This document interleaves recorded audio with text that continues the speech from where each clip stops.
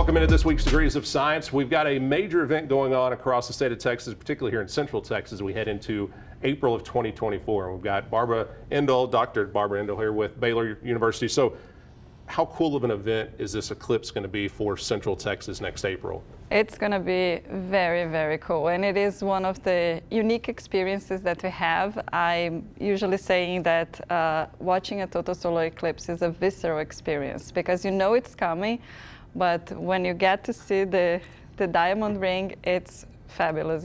It's just a very, very unique experience. Yes, so a few years ago we had the eclipse that went across the U.S., but here in Central Texas we just got a partial. So Central Texans have seen some, but you went all the way to, what, Idaho, is that right, yes, to see it? So how, just when it goes into the total eclipse, how much does stuff change and how different does it look? Yeah, nature gets a lot confused when the total solar eclipse happens. Babies cry. You're going to hear cicadas because the nature understands it's becoming nighttime. I wouldn't cross the street to watch a 50% or partial eclipse, but we should travel around the world to watch a total solar eclipse. It's a really unique experience, and it is beautiful. And we couldn't schedule that in a month that I'm not worried about rain, because that's what April, as meteorologists, I'm worried that we're going to have. But we'll have. We are praying for good weather. Yes, I know.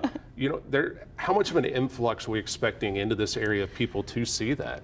Well, at Baylor University, we partner with the city of Waco, with Low Observatory, and also with the Discovery Channel. So we are expecting something like 50,000 at least. Our event will be able to host about 20 to 30,000 attendees. So we've been planning very cool activities for STEM activities for the families to come and watch the eclipse. Not only just watch the eclipse, but to understand what's going to happen with everything. So we're going to have some experiments, some astronomers giving pop-up talks for that, a ton of telescopes so people can safely watch them. It's going to be in the touchdown alley, basically outside the stadium. Obviously, the stadium kind of blocks because have you watched the total solar eclipse? I have not seen a total one, no. I've seen the partial, but I've never got to enjoy and that's something I'm looking forward to seeing. So one of the cool things is that when the moon covers the sun, we're going to see a 360-degree sunset kind of thing. And the colors of the sky, it's like it's not dark blue, or it becomes a little darker, but it's a different shade than the sunset. Oh, okay. So it's just a once in a lifetime kind of thing, right? Yes, but it is a 360-degree sunset. So you want to get somewhere where you can see all around. Exactly. So the stadium, actually inside the stadium, would block our view a little bit. Okay. So it was not great. We start talking about a solar eclipse. We've got the moon rotating all the time around, and we're between us and the sun. What all has to line up just right for a solar eclipse to occur? So if the moon and the Earth were perfectly aligned with the path of the sun, we would see eclipses every month, because every month the new moon would basically go in front and block some part of the sun. But there is a 5-degree inclination angle, just enough. 5 degrees is almost nothing. We can barely tell, and that is what makes the eclipse so much more special.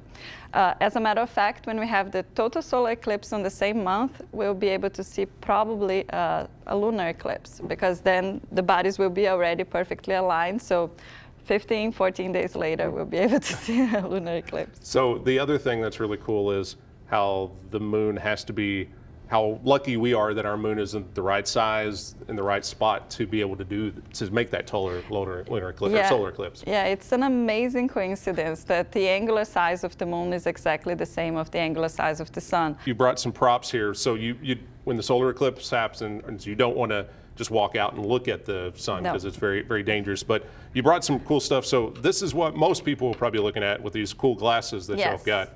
Yeah, so this is the glasses, and we have ordered for the city of Waco and Baylor University Low Observatory, so that's and Discovery Channel, the eclipse over Texas. One interesting thing is that you should put your glasses like this and then look at the sun and then put them down and take them off. Don't be looking at the sun and then taking that. That's a big mistake.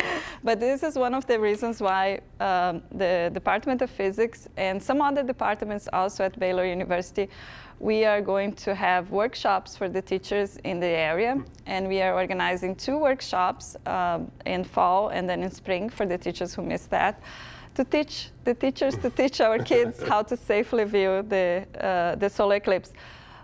If you had glasses from the past eclipse, and this is my old ones, they are very used. Don't use those, okay? They have a shelf lifetime of 18 months, and the total solar eclipse was in 2017. But if you want to watch the annular eclipse, you can with these, already get the new ones. And so the other thing that we had an issue back in 2017 is you want to make sure that you're getting quality glasses, not buying something online that may not be made exactly for that. Yes, there was a lot of dangerous products out there. So make sure that you have all this ISO and whatever, all these labels here. And the city of Waco has ordered thousands of glasses, so we'll be able to provide some for our community. Also, Baylor University has some glasses. But if you want to buy yourself something, I think it's I didn't know about this. This is really cool. Yeah, so you can buy a sun oculus. This, you cannot see anything. They're pretty black, and they cost about $20, but you can find them. But again, from the same websites that you can get those glasses, and those you can actually use right now and see the solar spots, for example. That's really cool. You know, if somebody wanted to photography and stuff like that, is there special lenses that you can get for cameras and stuff like that? Yes, not particularly in lenses, but there is a solar filter. Oh, okay. You can invest on that. I believe the demand was going to be very high in the next the next months to come. People are getting very excited. We're talking about how big this is. This is something that in our lifetime we won't ever see in Texas again, most likely, right? No. I checked yesterday the NASA website to see the next total solar eclipses, and until the year 2100 won't have any other one in Texas. So get outside. We're going to keep our fingers crossed of good weather and go outside and enjoy that. So I mean, as I can tell just talking to you, you've got a passion for space and astrophysics and stuff like that. But your whole family is just into space, huh? Yes, yeah. My husband is also an astronomer. Yes. So I'm guessing your kids get to hear about astronomy all the time. They do. I think my kids sometimes say, "Oh, I want to be a scientist, but not about stars, okay, Mom?" And I'm like, "Okay, that's fine."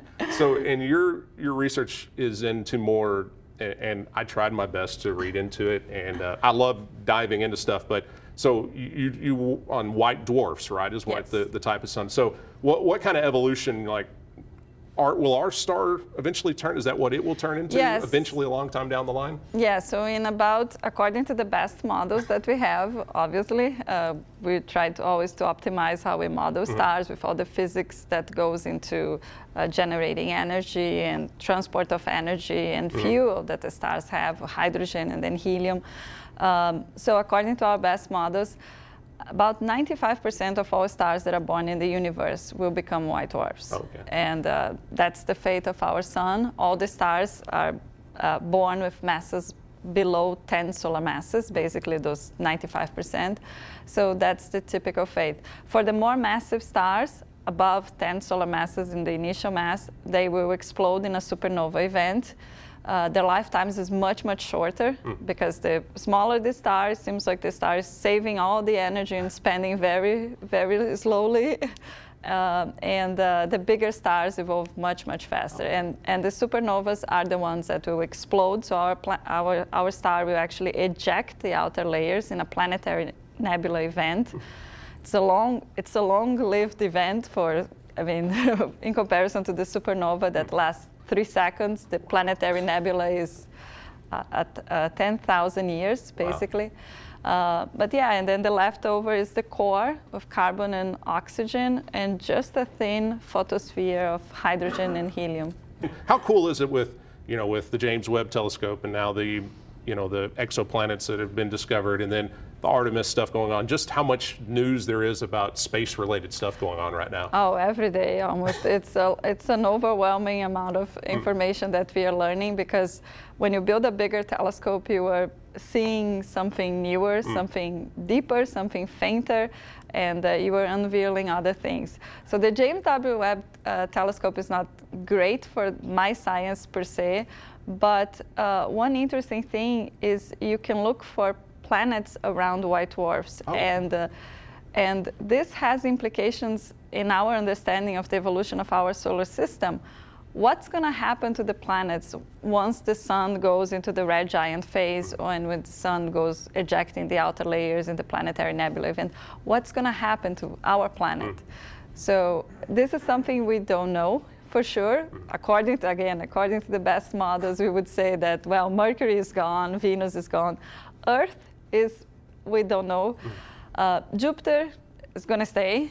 So we should be able to find Jupiters around white dwarfs. Okay, that's awesome. So, well, I appreciate you taking the time to talk with us. I mean, I'm super excited. So April 9th? 8th. Yeah, don't go April 9th. You'll be mad. 8 at 1:38. And how long will the eclipse last? I mean, I know it's a gradual thing, but when does it start? When does it end? And how long do we get the total part of it? The totality for us, we are very close to the center of the path of totality. So we're going to see the longest, which is about a little over 4 minutes. Oh, I'm super excited to, like I said, we'll try to put an order in for some pretty weather, but please. Yes, and it's cool that we don't have to travel and we'll have a lot of people here to see it. Well, thank you for taking the time to talk with me. Thank you very much. And appreciate it, and we look forward to all the stuff going on at Baylor for the event. So thank you. Thank you.